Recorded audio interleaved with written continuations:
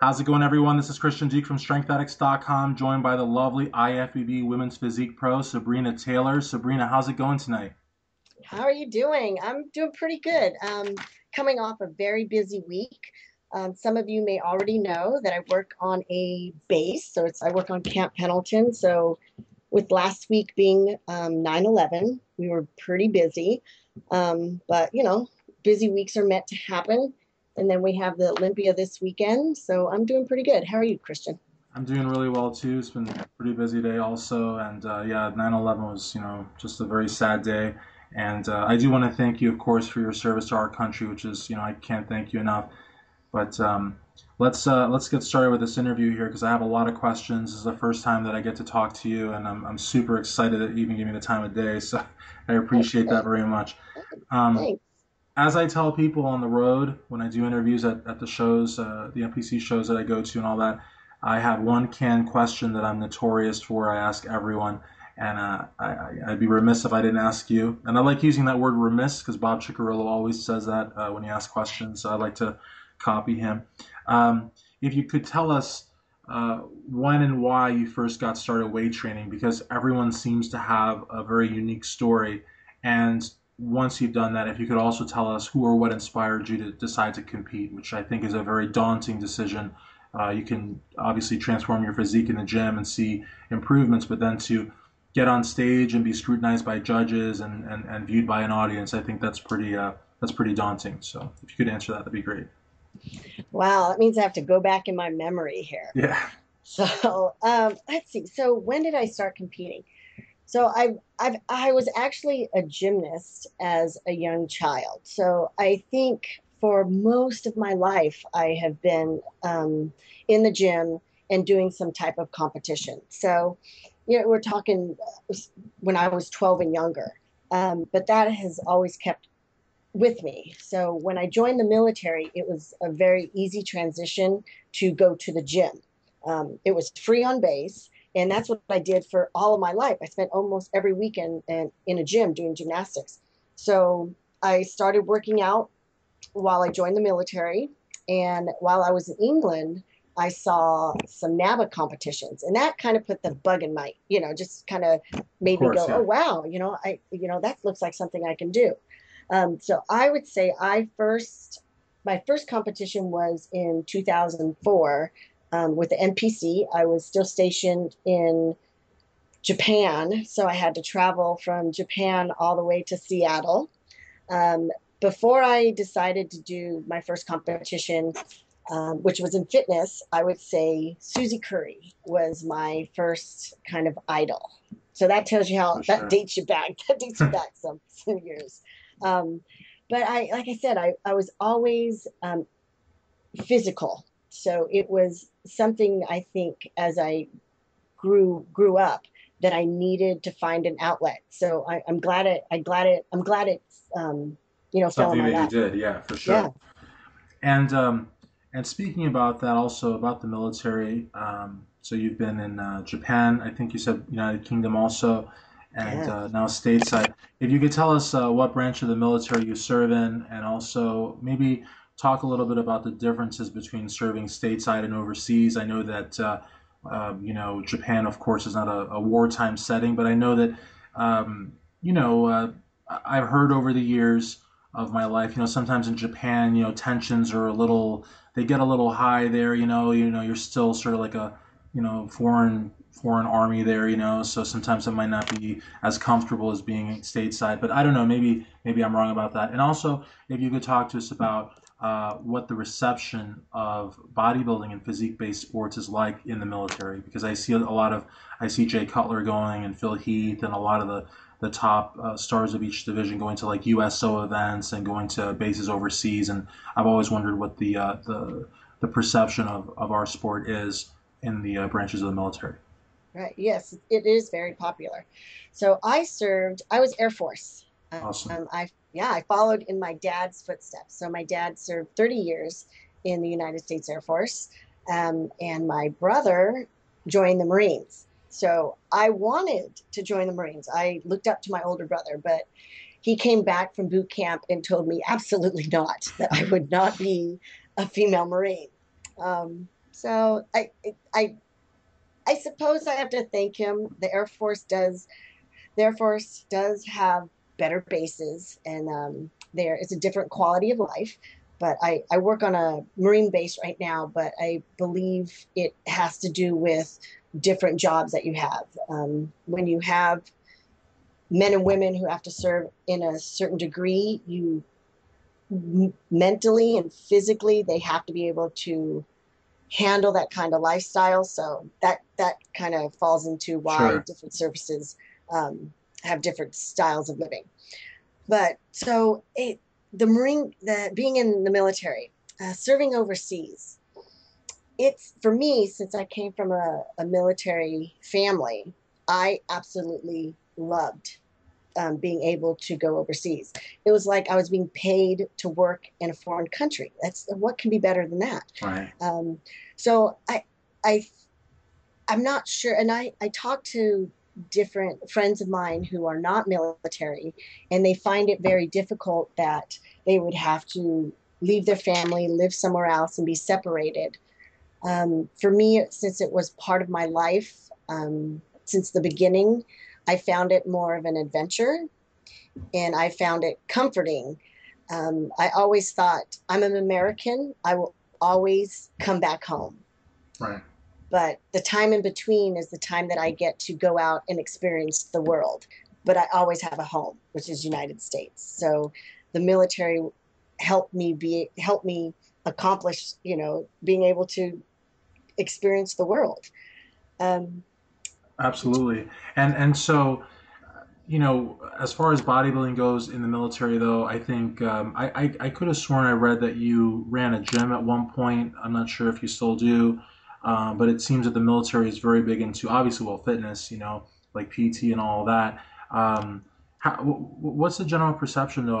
Unless you've already answered it, I might have spaced out. But what's the general perception though of like bodybuilding and muscle and just the healthy lifestyle that bodybuilding puts out?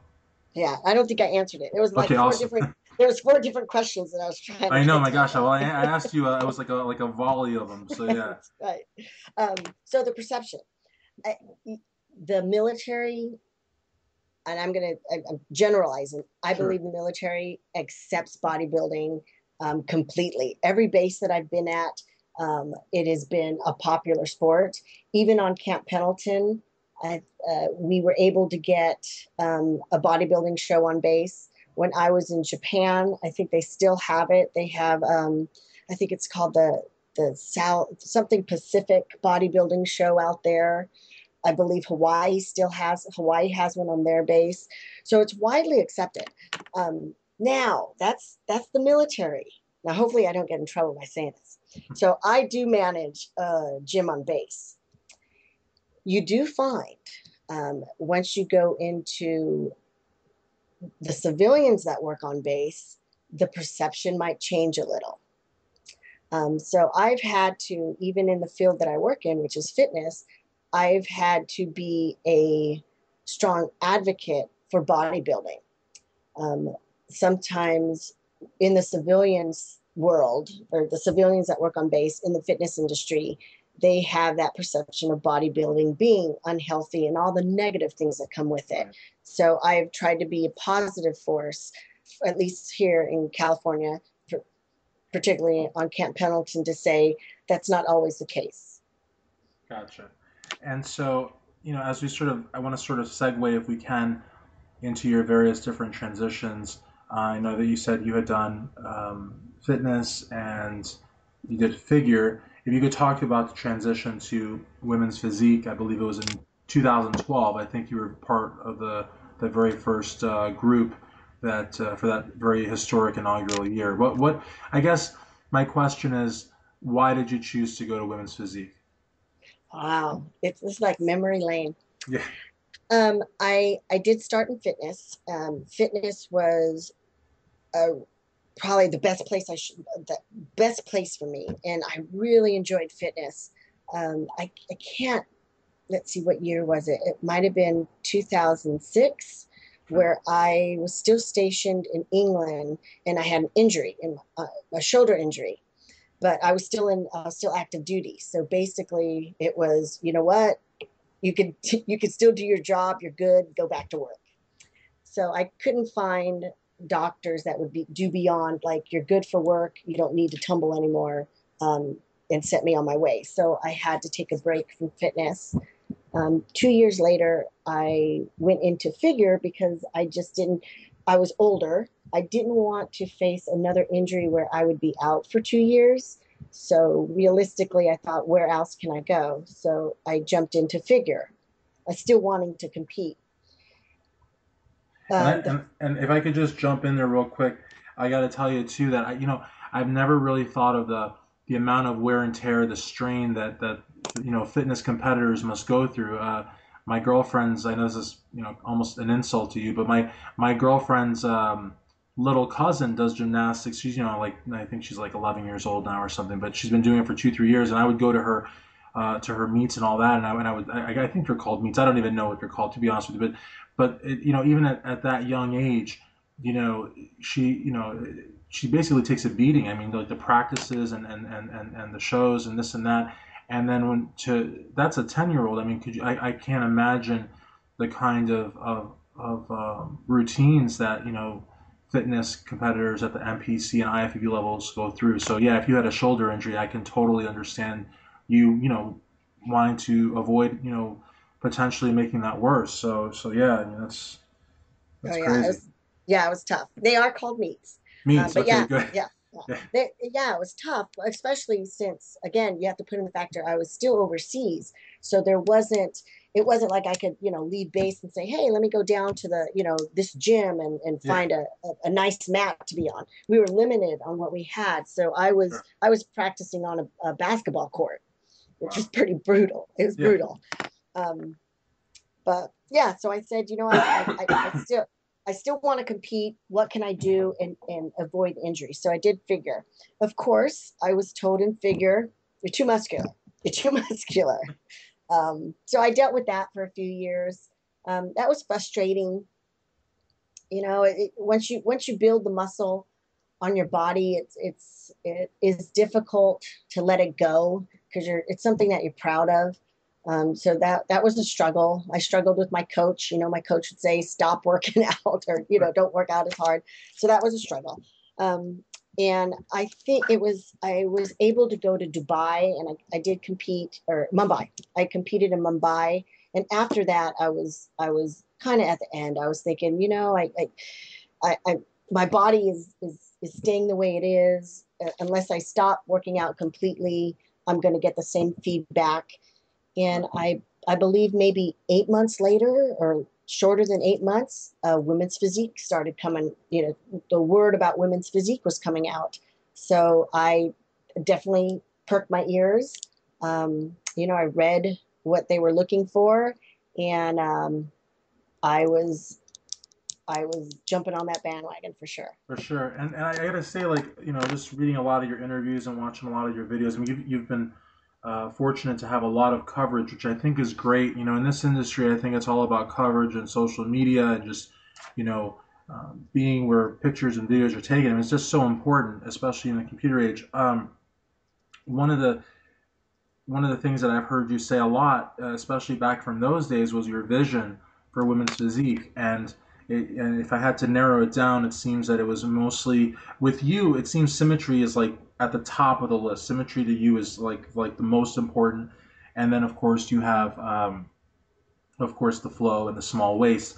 And I don't know if I've correctly assessed that or not, but talk to us about your vision for women's physique, and has it been everything it's lived up to be? I think it has. I hope it continues to be. Um, it is involved. It's evolving, and I hope that the women that continue to jump into women's physique remember what it's supposed to be about. But maybe that's what I think it's about. I do think symmetry should be key in women's physique because you have to think our different divisions. We have about what, five of them Yeah, for women, and you have to separate the figure from the women's physique. And what's going to separate those two? If each of these divisions keep on getting bigger, I mean, we know where that goes. right. Um, and I think one big key of separating your figure and your physique will be that symmetry. Um, I think small waists are key in for a body that we see. We can see the shoulders, we can see the waist, and we follow down to the hips, and that makes that body what I believe would be what women's physique should be about. Um, I I think the athletic look falls into that category. When women's physique first came out, and we read what the Constitution, it said the key words that it said to stay away from. It said stay away from striations. It said stay away from ripped. Those are words that we use to describe bodybuilding. Right. And I hope we can remember and go back to, okay, wait, these are the words that we're not supposed to use. And I do hear um, women in women's physique, whether there's pros or amateurs coming up, and they're talking about, oh, the striations in my glutes or the striations here. And I can only hope that we step back and we remember where what do we see this as, and where do we want it to go. If you keep putting the carrot higher and higher, then the vision that you had will soon disappear.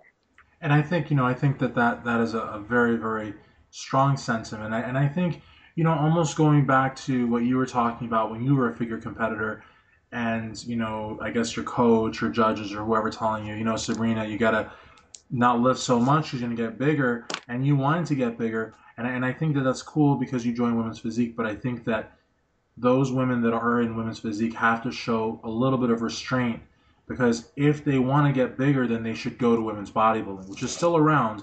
But I just think that, you know, staying in women's physique, if you're, and see, here's another thing too, and I sort of kind of got this from what you were saying, even though I don't think you directly said it, but it may not just be in terms of women being too big. It might be a question of women getting too ripped for the show. I think you kind of mentioned it, but is that potentially a problem too? In other words, should women be at the same body fat percentages in women's physique as in women's bodybuilding? No, I don't think so. Not at all. Because Not, it just seems, because in that situation, like, the women don't necessarily have to be bigger at all, but they could just get like ultra ripped. I think you maybe mentioned that.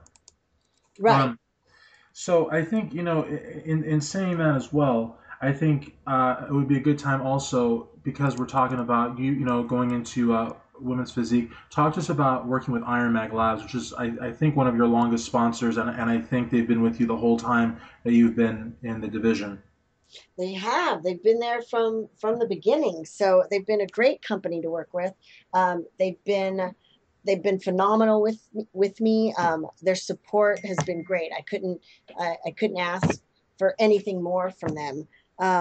So yeah, I believe they went with me with figure. It was all women's physique.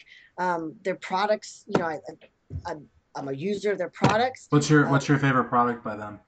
Right now, they came out by before the new products was my go-to product was Asta RX and Nitro. Okay. And right now they came out with a new product called 5A Laxogen, and that's another one that I use. Well, And then their he's. Oh, sorry. yeah, and then their protein is one of the best out there in my opinion. Yeah, he used to have a. I used to get stuff from them back in the day. He used to have a product called Decadraw that I used to love. I used to love that so much. But yeah, so yeah, so how have they been like as far as like supporting you? And I actually see you on a lot of their promotional materials, which I think is a bold sign of support too. Um, what what uh, what would you say it's been like? I think as a competitor working with them. I mean, obviously you love the supplements, but what's it been like as a competitor? they're they're down to earth people. Sometimes you work for a company and you don't get to talk to the owner, or they may not, you may have ideas that you want to share and you're not able to share them, but they've been very open. They have an open door policy, or at least I believe, because they're listening to me. That's awesome. I think they do. So I'm able to, if I need to ask them a question, or text Rob something or Gina something, they're there to listen. So it's never been, push me aside, or pushing me away from competing. They've been very supportive on the shows that I picked. Um, and I think the year before, I did like almost 4 shows, and they've been very, they're telling me Awesome. go for Awesome. it. Yeah. Okay, so let's talk about 2013 because you were part of that inaugural 2012 year with Women's Physique. You were also part of that original, that very first Olympia in 2013 that Daniel and Bailey won. Maybe talk to us about that very first event and what your thoughts were on that victory. So 2013 Olympia. Wow. I mean, it was, um, if when you sit back and you think of, and that's any sport, I think, or anything that we do, whether it's someone going to school trying to get their degree, or it's whether it's a young kid trying to make it, in the little leagues. You maybe not that young. They may not be thinking about that, but as an adult, you think of, this is where I'm starting and this is where I want to go. So when I'm was qualified for that first Olympia, you get to sit back and you go, damn, I'm going to the Olympia. I made it to where I said I wanted to go. Um, so was I nervous? Yes. Was I excited? Definitely. Um, the first year in women's physique, the women were phenomenal. They still are. But that first year with the women that were competing, I would say it was, out of starting in 2004, from fitness, figure, and women's physique, it was the best group of women that I've ever competed with. Wow, that's really cool. Yeah, That's yeah. really cool. And as far as, and again, this is maybe an awkward question, but as far as Daniel and Bailey winning the show, do you think that do you think that the judges, and again, the judges always have their work cut out for them, and I have mad respect for them. I could never judge a show. There's shows that I look at, I could look at it for a month and I can't decide, much less do it, in the span of an hour or whatever. But do you think they knew what they were looking for in terms of the champion, or do you think maybe they were possibly winging it, or because I asked that because I don't see huge differences in Daniel and Bailey's physique from 13 to 14, but we all know she didn't retain the title. So Mhm. do you think it was just because the division was so new? Maybe they were just I don't know. What do you think? I I think that first one might have been, and it's new, like you said. These Right. judges, it was a new division, and they were just as new as we were. And my answer is going to be, I think they're winging Yeah. it. Right. Which is fine. I mean, I hope again, I don't get anybody mad at me, but no, I I do. mean no, and I would say the same, and that I wouldn't say that that's a knock in any way, shape, or form. It's just new. I mean, look at men's physique. I mean, they're coming out with a brand new classic physique next year. It's all about making things better. And the first time around is always. Now that's not to take away from Daniel and Bailey. I'm just saying. Um, it Not was at it all. was. Not at all. I'll say this for myself. Um, that first win, I'm glad that she got it, but I will say that there were a lot of people that maybe didn't agree with it. But again, it's a subjective sport, and nobody's ever gonna agree the same way as in basketball and say that was a basket or that wasn't a basket or whatever. Um, as far Right. as I don't want to. Yeah, I wasn't no knocking on her, or oh no, how yeah, it went for down. sure, But I do. Yeah, I feel like it was just, it was, whether her there was great for the sport. absolutely. That she did her part. If they have to ask her, what have you done for the sport, she's done phenomenal for the sport. So Absolutely. No, no, without a doubt. And then I think, and again, 2012, which I don't know that I mentioned it, 2012 and 2013, you won the Titan show. So you were winning competitions at that inaugural Olympia. I believe you were in the top five. You took fifth place, which again is a solid placing. But 2014, again, another big year for you. You won at the Emerald Cup, which I think holds special significance for you, right? Because that's where isn't that where you initially competed it in? it was the two trophies sit in my office. I have to admit, they are in my office. um and so 10 years earlier, that was my first show, was the Emerald Cup in fitness. So to come back 10 years later and win that was, it's And I, like my icing on my cake. and I got to tell you, I got a couple of friends out that way, Mark Sindine and Larry Neary, and they are to me, they tell me that the Emerald Cup, it's like, I mean, I don't want to say, I don't want to be sacrilegious and say it's like the Olympia or anything like that, but to those guys, to those girls in the Northwest, the Emerald Cup is it. I mean, it is like the biggest, baddest show, and it is so prestigious. So I think that's a great place for you to have won, to have gotten started, and then to have won later on, and then of course the LA Grand Prix show as well, which is a lot of good prep videos on YouTube from that year.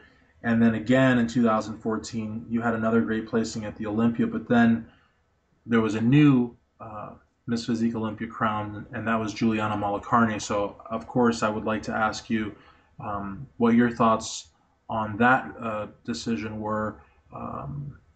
Having a new Physique Olympia, and again, something that I don't know if we said about 13, but something that you and I both share, a sentiment that you and I both share, is that the you know the I guess the state of affairs are set from the top. So when someone is crowned as Physique Olympia, that's who's basically setting the standard. So what was your take on Juliana winning that show? You know, Juliana has a physique that a lot of people like. You know, she's a lot of people like her. I think she has a phenomenal physique. It's going to be a hard physique to emulate by someone else. So she does. You have to give her kudos for her physique. Um, when I think of women's physique, Juliana probably has to really keep herself in check and getting too thick because that's her. She has these round muscle bellies. So even though she's a small girl, if you see her just walking around, she's small. She doesn't look very big, but when she gets on stage, her muscle bellies are so big. She portrays herself. She portrays really big. So I think with Juliana, she just has to watch out from putting on any more mass on her because I think she'll start to. She has a fine line between, for me, and this is for me, starting to look more um, her body looking more as a bodybuilder would.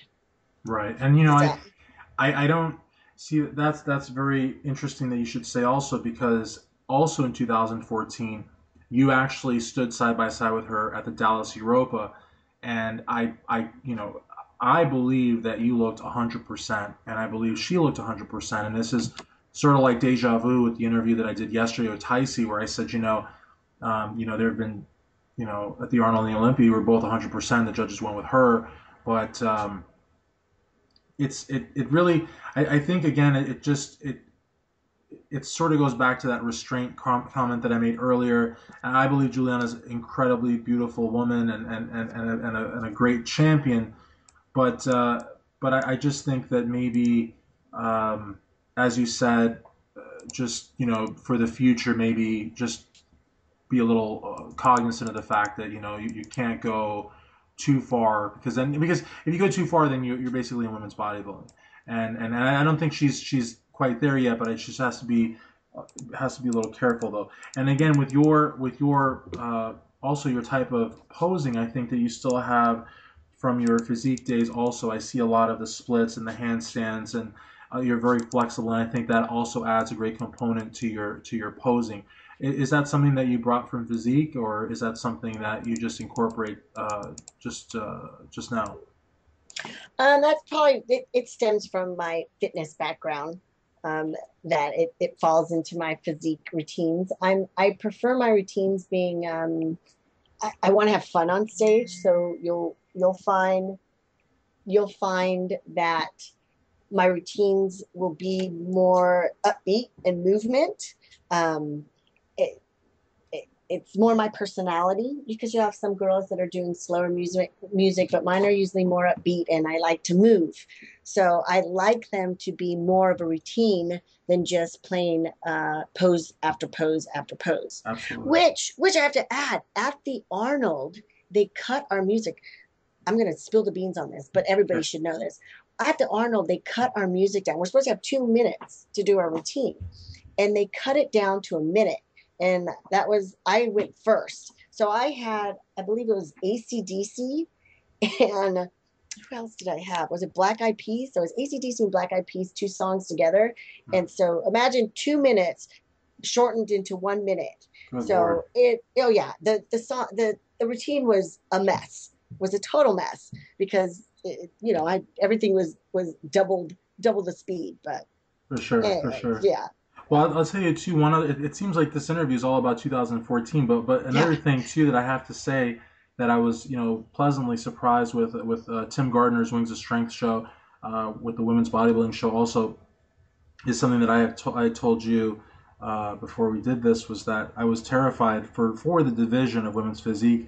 I thought there was going to be some sort of a women's bodybuilding exodus because 2014 was the first year they didn't have the Miss International, and it was announced that 2015 they wouldn't have the Miss Olympia. So it really started to look like women's bodybuilding was done for. And I got to tell you, I think the worst possible uh, results for women's physique would have been to have a bunch of women's bodybuilders joining the division, because they are so ahead of the curve. I mean, they know so much about diet and supplementation and training. I almost felt like they would have just come in and just totally hijacked the division. But thankfully, they have the Wings of Strength now, which is a great event.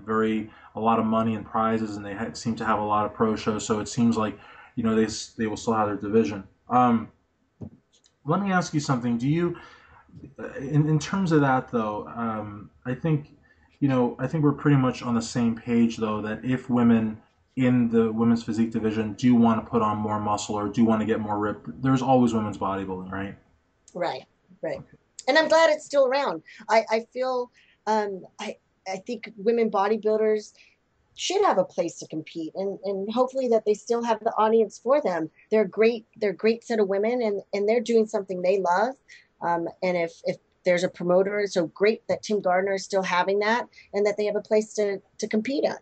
Awesome. And now let's fast forward to 2015, the year in question. Now, the Arnold Classic again. You had talked about, I guess the shorter routine there, but you took a top six, which is great placing again. And something also that I had said to you in another conversation was that what I really like about you is that, and it's also about Ticey too. And I know this isn't Ticey's interview, but I just see a lot of similarities between you and Ticey. Is that you constantly make improvements, you constantly try to up your game as far as posing goes, but you're not trying to be DLB, you're not trying to be Juliana, you're very much your own person, which I think a lot of people would say, well, I'm my own person too, but I don't think that that's entirely true. I think some people are literally trying to beat Juliana by looking like her, and I don't think you do that, and I don't think that's something that you'd want to do in the future either. Am I correct to make that assessment? You're correct. So even at Dallas, even if you read like the commentary on it, we standing side, because I used to always get I would hear this a lot. People would say like, oh well, like they would think Sabrina's not big enough, or Sabrina doesn't.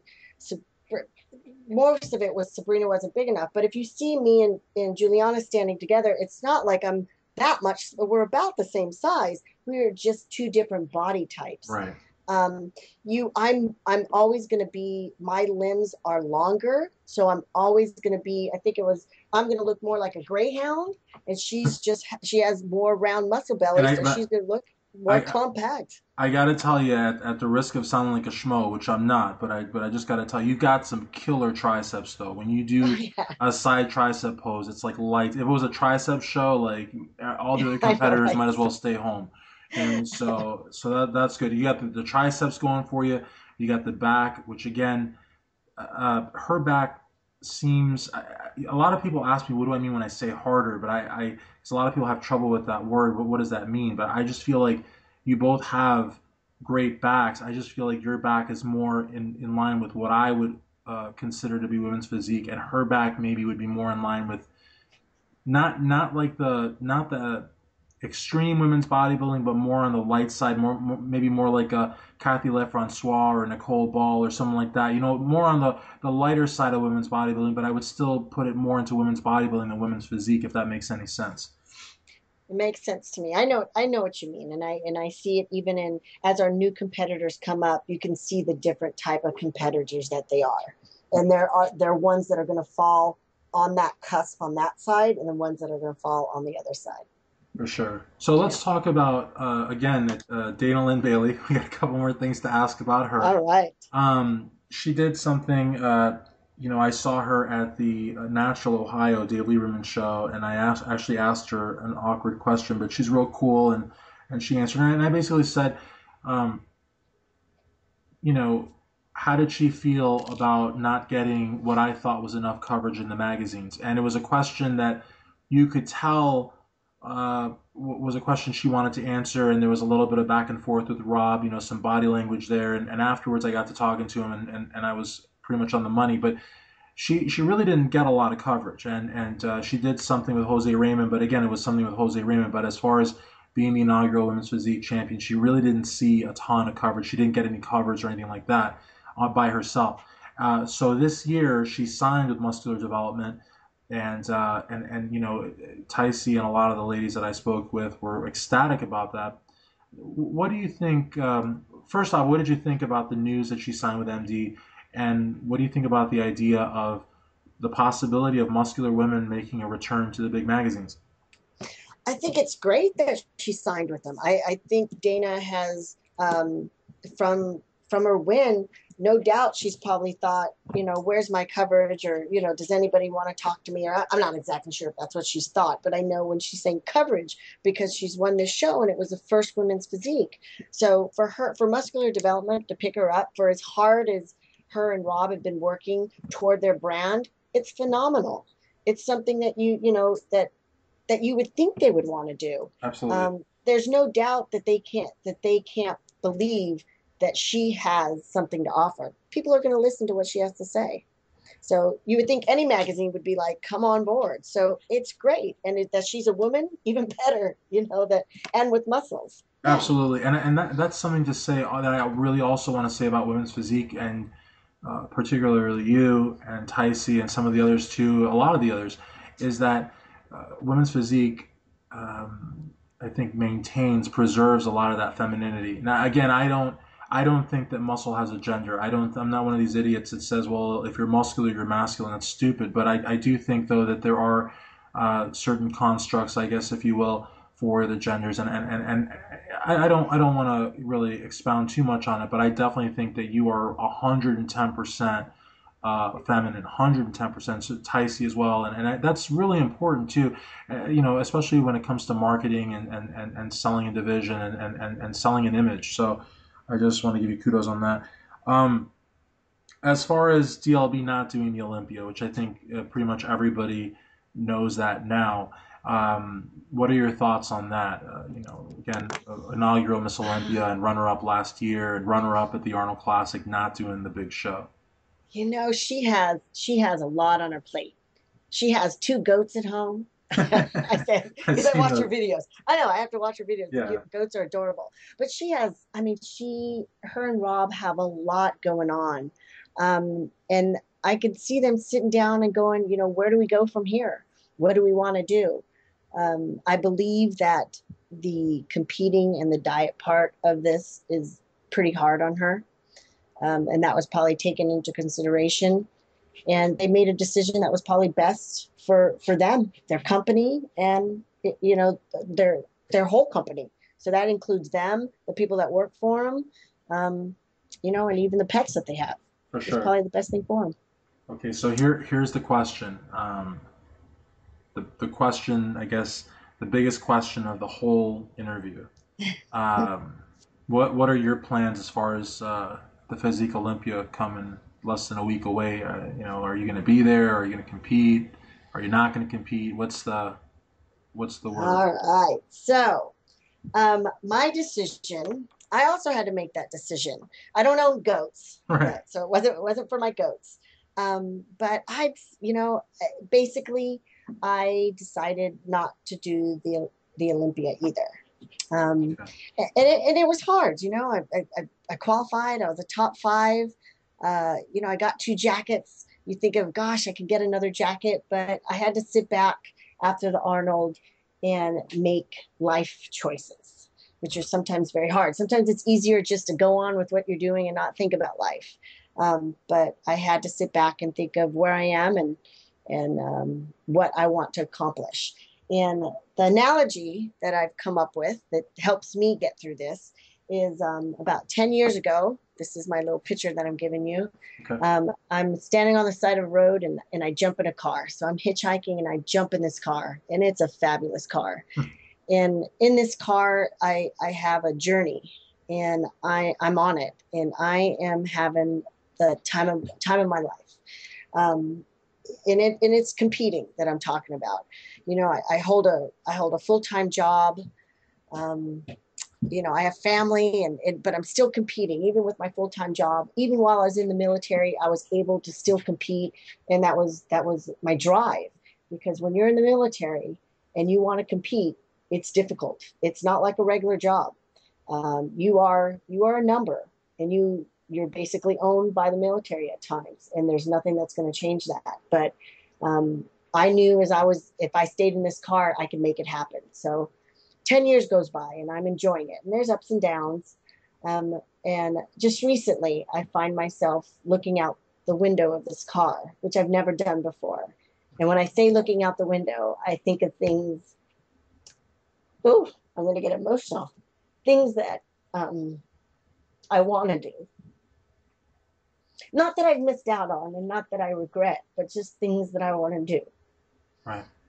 And I tell myself, if I'm looking out the window, that must mean something. So I decided, because you got to either be in the car 100% or out of the car.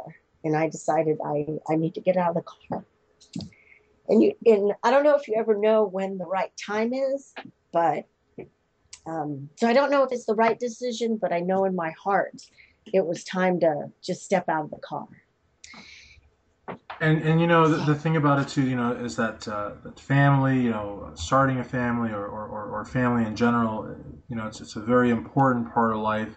And I think that you can step out of the car for a little while, and enjoy family, start family, all that. And down the road, get back in the car, and maybe have some extra people in the car with you. You know what I mean? Like, and that's cool too. Um, and I certainly don't think that there's anything wrong, with listening to your heart from time to time. I think that a lot of people in the industry are very, very driven. And again, 10 years. So, so it's a very long time, and you've got an exemplary record as far as your competitions go. And, I think you've inspired a lot of people. You've got the backing of a great sponsor, supplement company, I was going to say. And that's awesome.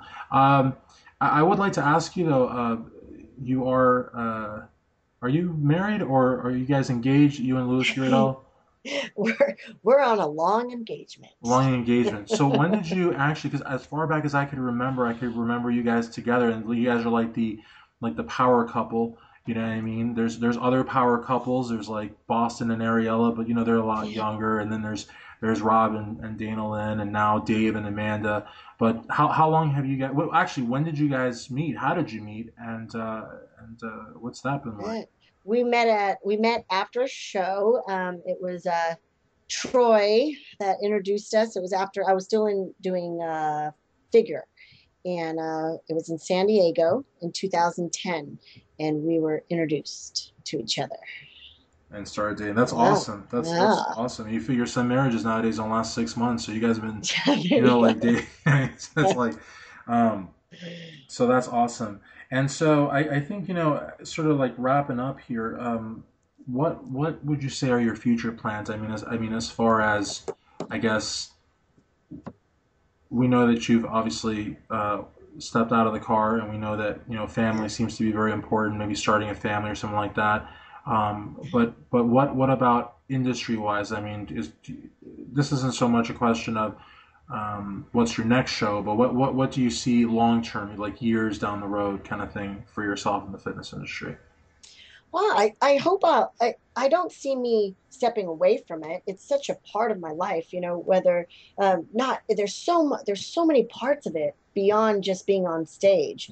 Um, so I hope to still be highly involved with it, even if it's starting to, I have a few clients here and there, but I don't pick up too many because I have a full-time job and I was competing. If I'm not competing, that opens up some time for me because competing, we all know, takes a lot of time. Um, so if it's even helping others get on stage and pursue their goals, or whether it's working with some of the promoters or some of the promoter down here, or finding some place where I can keep um, working within the industry and providing whatever I can Absolutely. You know, toward it. and I remember telling you like also another conversation about the whole starting the family thing that I was interviewed recently on Three Questions with Tad the diet coach, and I told him when I first got into bodybuilding, like, and I never competed. I mean, you know, but maybe one day, but who knows? But I've never competed. I like writing about it too much. But in any event, um, when I first got into it, like 15 years ago or something like that, I used to read in the magazines about these weird Christmas cards that some of the bodybuilders would send. And it would be, you know, like the bodybuilder and like a couple dogs and a couple cats. And it was like, you know, the bodybuilder would never get married and would never Oh have no, kids. And he had like a bunch of trophies and you've got a lot of trophies too. And swords, I know you have swords. Those are dangerous, you know, I but do, I do. yeah, especially if you don't win the show backstage and you can have like a samurai fight or something. But the thing is that, like you said, I think that what you're doing, uh, the same way that you inspire people with your physique and with your life advice about, you know, eating healthy and exercising, I think that what you're doing now is also very inspiring because you don't want to wind up, being older in life. You know, I don't mean now, but I mean like years down the road, and you know, you've got no life partner, no kids, no, you know, it's sad, you know, and I just think like people need to like look at what you're doing, and what you're doing takes an enormous amount of courage to do this because again, you know, if anything, complacency alone, you know, 10 years competing, this is your life really, you know, so to be able to say I'm going to press the pause button and listen to my heart, that takes a lot of guts. So I think that's really cool Yeah, too. yeah. Um, and so I guess finally, if you can just tell folks how they can, you know, keep up to date with you, if you have social media, which I'm sure you have, Instagram, Twitter, Facebook.coms, anything, Oh that'd man, be I should. I know. I should. You know, I'm so bad at social media. I shouldn't say that. I should. I'm phenomenal at social all media, right. Well, you but I got to, do. yeah, Yeah. you've got to at least lie. If you're gonna lie about one thing, that's the thing to lie about. I am a wizard when it comes to social media. Wizard. But I am. I'm on Facebook, of course, and I'm IFBB Pro Sabrina Taylor, and I also have a fan page, which is Sabrina Taylor IFBB Pro. So it's just the same names, just backwards. I'm on Instagram, which is Sabby Flux. Um, I'm a big fan of Eon Flux, so that's why I put the flux in there. And Twitter, I'm not on there as much. So Can more I of an tell you a Instagram. secret? What? I hate Twitter. I hate, Okay. but I still have it because you know, especially because I'm 36 and I want to, you know, keep up to date with the young, you know, with the kids Right. and all that. But I hate it. So, So I'm but not alone. yeah, so not alone. But again, I really want to thank you for taking the time, honestly. And I wish, only thing I wish is that I had a fancier type of format. But I know that, like I said, with Ticey, the fans of muscle and the fans of the physique-based sports, I mean, they'll listen to just about anything and read just about anything if it means, you know, keeping up to date with superstars like yourself. And I really think that, you know, again, all of your contest placings and all you've done, that's phenomenal. But I think what you're doing right now, I would say is even greater than all of that because it just takes so much courage and so many people I think are going to be touched positively by this and look up to you even more so. And I know that you're going to be around for a long time in the fitness industry and there's a lot more great stuff to come. So again, thank you so much. Oh, thanks you, Christian. That was really nice. It was great being on here. I'm glad I was able to talk to you finally. A place where I can, you know, spill a little of how I'm feeling and where I'm going. And thanks for everybody who was listening. Awesome. Well, for IFBB Women's Physique Pro, Sabrina Taylor, Christian Duke, StrengthAddicts.com.